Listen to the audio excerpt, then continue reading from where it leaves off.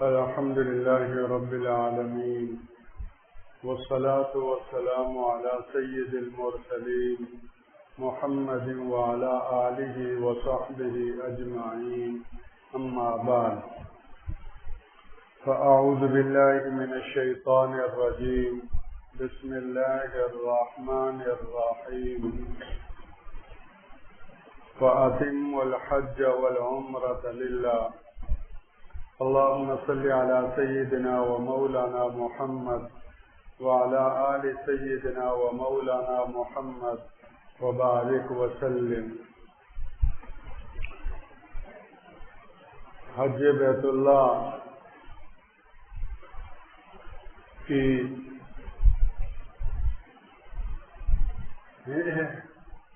ادائیگی کے لیے اس کے افعال اور مناسک اور ارکان کا علم حاصل کرنا ضروری ہے، اور کسی بھی عمل کو بجا لانے کے لیے اس عمل سے پہلے اس کا علم حاصل کرنا ضروری ہے، اس لیے کہ علماء فرماتے ہیں کہ قبولیت کی دو شرائط ہیں. ایک اس عمل کے اندر اخلاص کا ہونا، اور دوسرا اس عمل کا سنت کے مطابق ہونا. سنت کے مطابق ہونا اس عمل کا ظاہر ہے، اور اس کے اندر اخلاص کا ہونا یہ اس عمل کی روح ہے، اس کا باطن ہے. حضرت فضیل بن عیاض رحمہ اللہ فرماتے ہیں کہ کسی بھی عمل کی قبولیت خالص اور ثواب پر موقوف ہے. خالص سے مراد اخلاص ہے، اور ثواب سے مراد سنت طیبہ کے مطابق ہونا. اگر کوئی عمل اخلاص کے ساتھ ہو رہا ہے، بہت اخلاص کے ساتھ ہے، لیکن سنت کے مطابق نہیں، تو وہ بھی مردود ہوگا. اور اگر کوئی عمل ہو بہو پورا سنت کے مطابق ہو رہا ہے، لیکن اس کے اندر اخلاص نہیں، تو وہ بھی مردود ہوگا. تو کسی بھی عمل کی قبولیت کے لیے ظاہراً اور باطناً یہ دو بنیادی شرائط ہیں کہ اس عمل کے اندر اخلاص بھی ہو، اللہ جل شانہ کی رضا اور اس کی خوشنودی، بس یہ اس عمل کا محرک ہو، باعث ہو. اس جذبے کی بنیاد پر وہ عمل کیا جا رہا ہو کہ اس سے مقصود اللہ کی رضا ہے. اور دوسرا یہ کہ اس کا عمل کا پورا ڈھانچہ، اس عمل کا ہر جز اور رکن، اس میں اتباع سنت کا اہتمام ہو. تو یہ دونوں ظاہراً اور باطناً شرائط پوری ہونے کے بعد عند اللہ مقبولیت کی قوی امید ہے. اسی اصول اور ضابطے کے تحت حج بیت اللہ ہے. چنانچہ اس آیت میں ارشاد فرمایا اتموا الحج والعمرۃ للہ. اتموا یہ اس حج اور عمرے کا ظاہر ہے کہ پورا صحیح ادا کرو. جو اس کے ارکان اور مناسک ہیں ان کو مسنون طریقے کے مطابق ادا کرو. اسی کا نام اتمام ہے، اسی کا نام ظاہر ہے، اسی کا نام اتباع سنت ہے. اور للہ اس میں اخلاص کہ یہ حج اور عمرہ کی ادائیگی خالص اللہ جل وعلا کی ذات پاک کی خوشنودی کی رضا سے حصول کی خاطر. تو یہ بھی سیکھنے کی چیز، وہ بھی سیکھنے کی چیز. چنانچہ اتمام کے حوالے سے یہ عرض کیا جا رہا تھا کہ حج کے اندر 3 فرائض، 6 واجبات اور 8 سنن ہیں. تین فرائض میں سب سے پہلا سر فہرست جو فریضہ ہے، فرض ہے، وہ احرام ہے، اور احرام نام ہے نیت اور تلبیہ کا۔ نیت اور تلبیہ، عمرے کی اور حج کی نیت کریں اور اس کے بعد پھر تلبیہ کہیں۔ چونکہ تلبیہ کہنے کے بعد، نیت کر کے تلبیہ کہنے کے بعد 6 چیزیں حرام ہو جاتی ہیں جو پہلے حلال ہیں، اب نیت اور تلبیہ کے بعد وہ حرام ہو جاتی ہیں۔ ان میں سر فہرست مردوں کے لیے سلا ہوا کپڑا، سلا ہوا لباس، یہ حرام ہے۔ سلا ہوا لباس مرد نہیں پہن سکتے۔ تو نیت اور تلبیہ کہنے سے پہلے ہی سلا ہوا لباس اتار دے اور اس کی جگہ 2 بے سلی ہوئی چادریں پہن لے۔ یہ 2 بے سلی ہوئی چادریں یہ احرام نہیں ہیں، احرام کی چادریں ہیں۔ احرام تو تلبیہ اور نیت کا نام ہے، اور نیت اور تلبیہ کے بعد جو پابندیاں لاگو ہوتی ہیں ان میں سر فہرست پابندی سلے ہوئے لباس کی ہے، اس لیے نیت اور تلبیہ کہنے سے پہلے ہی 2 بے سلی چادریں پہن لی جاتی ہیں تاکہ ممنوع کا ارتکاب لازم نہ آئے۔ جب یہ احرام کی چادریں ہیں، یا یوں کہو کہ احرام کا یہ ایک لباس ہے، تو اس کو بدل بھی سکتے ہیں۔ اگر کہیں ناپاکی لگ جائے تو اس کو دھو بھی سکتے ہیں، نہانے کی ضرورت پیش آ جائے تو اس کو اتار بھی سکتے ہیں۔ اس کو احرام اتارنا نہیں کہیں گے، احرام تو بدستور کر رہا ہے۔ یہ تو احرام کی چادریں ہیں جو نہانے کی غرض سے کیا کی ہیں، اتار دی ہیں، اور غسل کے بعد پھر دونوں چادریں پہن لیں گے۔ اسی طرح میلا ہونے کی بنا پر اگر تبدیل کرنے کی ضرورت پیش آتی ہے تو بے تکلف، بغیر کسی کراہت کے ایک چادر کو یا دونوں چادروں کو بدل دیں، دوسرے پہن لیں، احرام پر کوئی فرق نہیں آئے گا۔ لیکن یہ صرف مردوں کے لیے ہے۔ خواتین جب نیت اور تلبیہ پڑھیں گی تو اس کے بعد ان کا احرام شروع ہو جائے گا، اور ان کے لیے سلا ہوا لباس پہننا ممنوع نہیں ہے، وہ اسی اپنے معمول کے لباس میں ہی ہوں گی۔ اس سے ہماری ہر عمل کے ذریعے سے ہماری تربیت ہے۔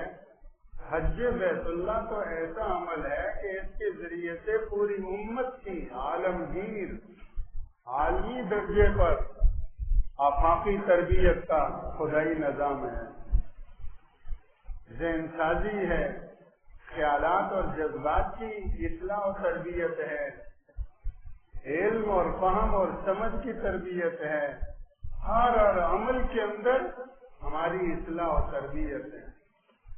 چنانچہ احرام کو ہی دیکھیں، مردوں اور خواتین کے احرام میں یہ نمایاں فرق، یہ کیا سبب دیتے ہیں؟ مردوں اور عورتوں کے احرام میں یہ نمایاں فرق، یہ کیا میسج دیتے ہیں؟ یہ کیا علم اور سمجھ اور سوچ پیدا کر رہا ہے؟ اور وہ یہی ہے کہ خواتین کے پردے کے حوالے سے ہمیں تعلیم دی جا رہی ہے کہ تمہارے لیے سلا ہوا لباس حرام ہے، ان کے لیے سلا ہوا لباس پہننا ضروری ہے۔ فرق یہی ہے کہ پردہ تمہارے لیے نہیں، ان کے لیے پردے کا حکم ہے۔ اور بے سلی ہوئی چادریں اگر خواتین پہنیں گی تو ان کی بے پردگی کا امکان ہی نہیں، یقین ہے۔ ایسی صورت میں جہاں خواتین کے پردے کا معاملہ ہو تو وہاں دونوں میں فرق کیا گیا ہے۔ جیسے طواف کے دوران رمل ہے، مردوں کے لیے سنت ہے، خواتین اپنی معمول کی چال کے مطابق چلتے ہوئے طواف کریں گے. صفا اور مروہ کے درمیان سعی ہے.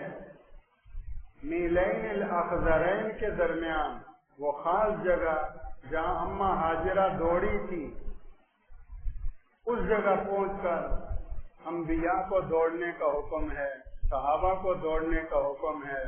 تابعین اور تبع تابعین دوڑنے سے مستثنا نہیں. بڑے بڑے اولیاء اللہ، محدثین، قرآن کے مفسرین، اولیاء اللہ کے سرتاج، لیکن یہاں دوڑنا ہے تمہیں. اور خواتین کا معاملہ جب آتا ہے تو ایک ان پڑھ، ایک عام خاتون جس کو الف با بھی نہ آئے، اس کے پردے کا شرعاً اتنا خیال رکھا گیا ہے کہ جہاں انبیاء اور صحابہ اور تابعین اور تبع تابعین دوڑے، یہ اپنی معمول کی چال کے مطابق وہاں چلے.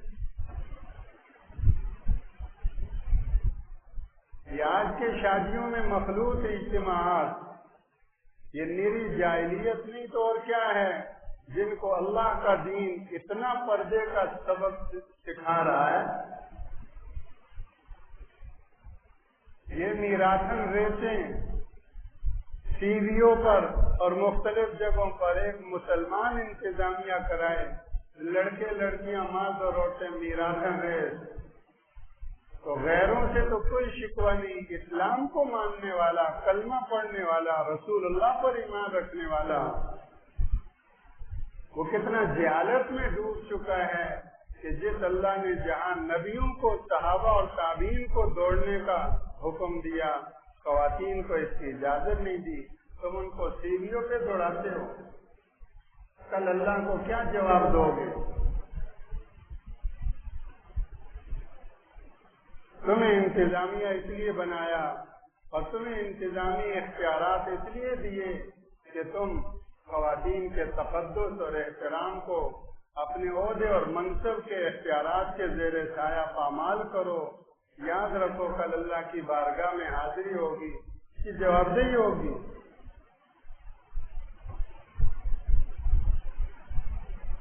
خواتین کے لیے احرام یہ ہے کہ تم سلا ہوا لباس پہنو، وہ تمہارے لیے استر ہے، تمہارے ستر کا باعث ہے، تمہارے پردے کا باعث ہے. مردوں کو حکم ہے خبردار اپنے اپنے علاقائی سلے ہوئے لباس اتارو، 2 بے سلی چادریں پہن لو، یہ احرام کا لباس ہے. اب اس کے بعد مرد ہوں خواتین ہوں، ان کا افضل ترین عمل ذکر وظیفہ وہ کیا ہے؟ لبیک اللہم لبیک لبیک لا شریک لک لبیک ان الحمد والنعمت لک والملک لا شریک لک. افریقن ہو، عربی ہو، اجمی ہو، امریکن ہو، مغربی دنیا میں رہنے والا، مشرقی دنیا میں رہنے والا، جو بولی بولنے والا، سب یکساں بولی پر آ جائیں، لبیک اللہم لبیک. کیسی تربیت ہے. آج تو دین کی بات کی جائے کہتے ہیں مذہب کارڈ، گویا کہ دین کی بات کرنا کوئی حقیر چیز ہے، کوئی گری پڑی چیز ہے کہ تانے کے طور پر کہا جاتا ہے مذہب کارڈ. سب سے اونچا کاج تو مذہب ہی ہے، سب سے بڑی اور بنیادی حقیقت اس کائنات کی مذہب ہی تو ہے. شرط یہ ہے کہ وہ اسلام ہو جو خدائی دین ہے. ان الدین عند اللہ الاسلام. تو دین اور مذہب تو کیسی انسانیت سکھاتا ہے، کیسی تہذیب اور شائستگی سکھاتا ہے، اور کیسا انتشار، افتراق، اضطراب ختم کر کے باہم وحدت کی لڑی میں پروتا ہے.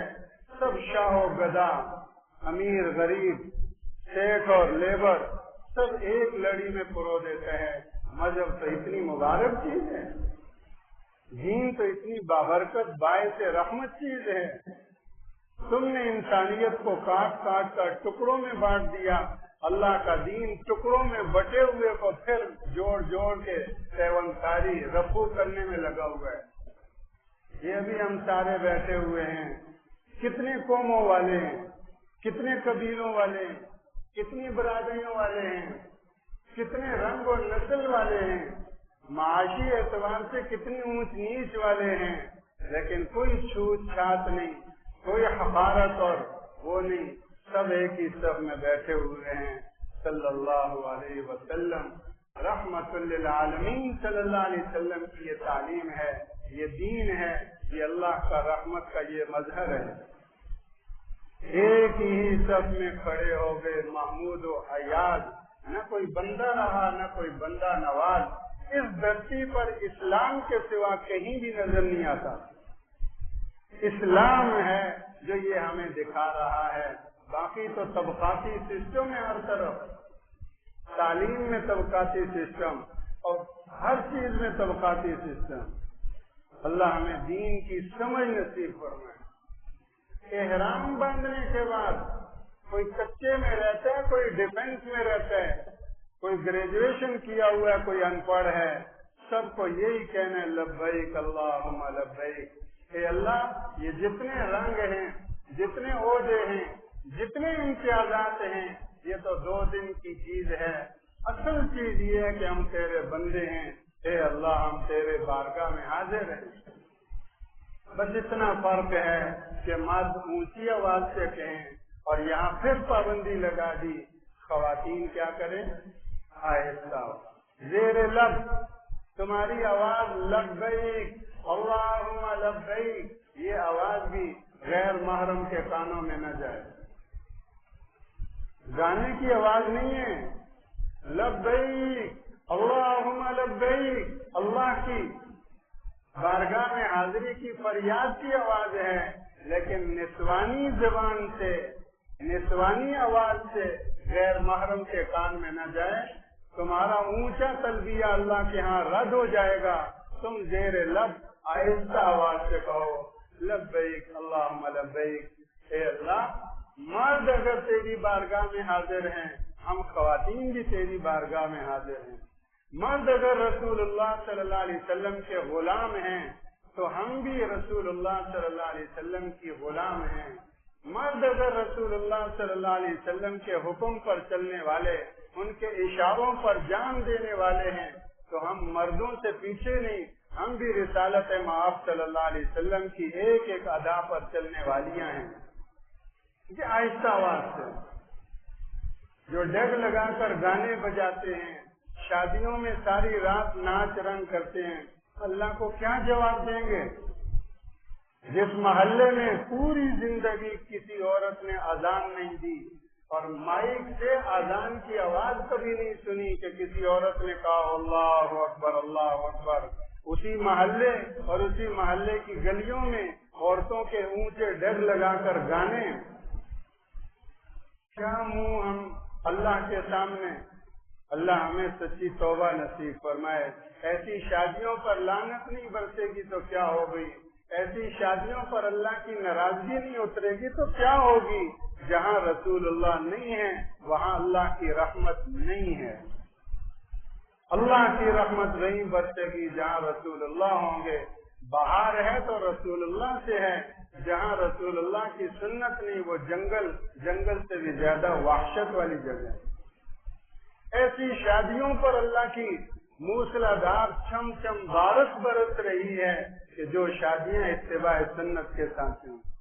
اللہ ہمیں اس کی توفیق نصیب فرمائے، اس کی سمجھ نصیب فرمائے۔ تو میرے بھائیوں، حج بیت اللہ عالمگیر عالمی تربیت کا خدائی نظام ہے، ایک ایک عمل میں تربیت ہے۔ شرط یہ ہے کہ غور اور تدبر کے ساتھ چلیں، غور اور تدبر کے ساتھ کہیں کیا کہہ رہا ہوں۔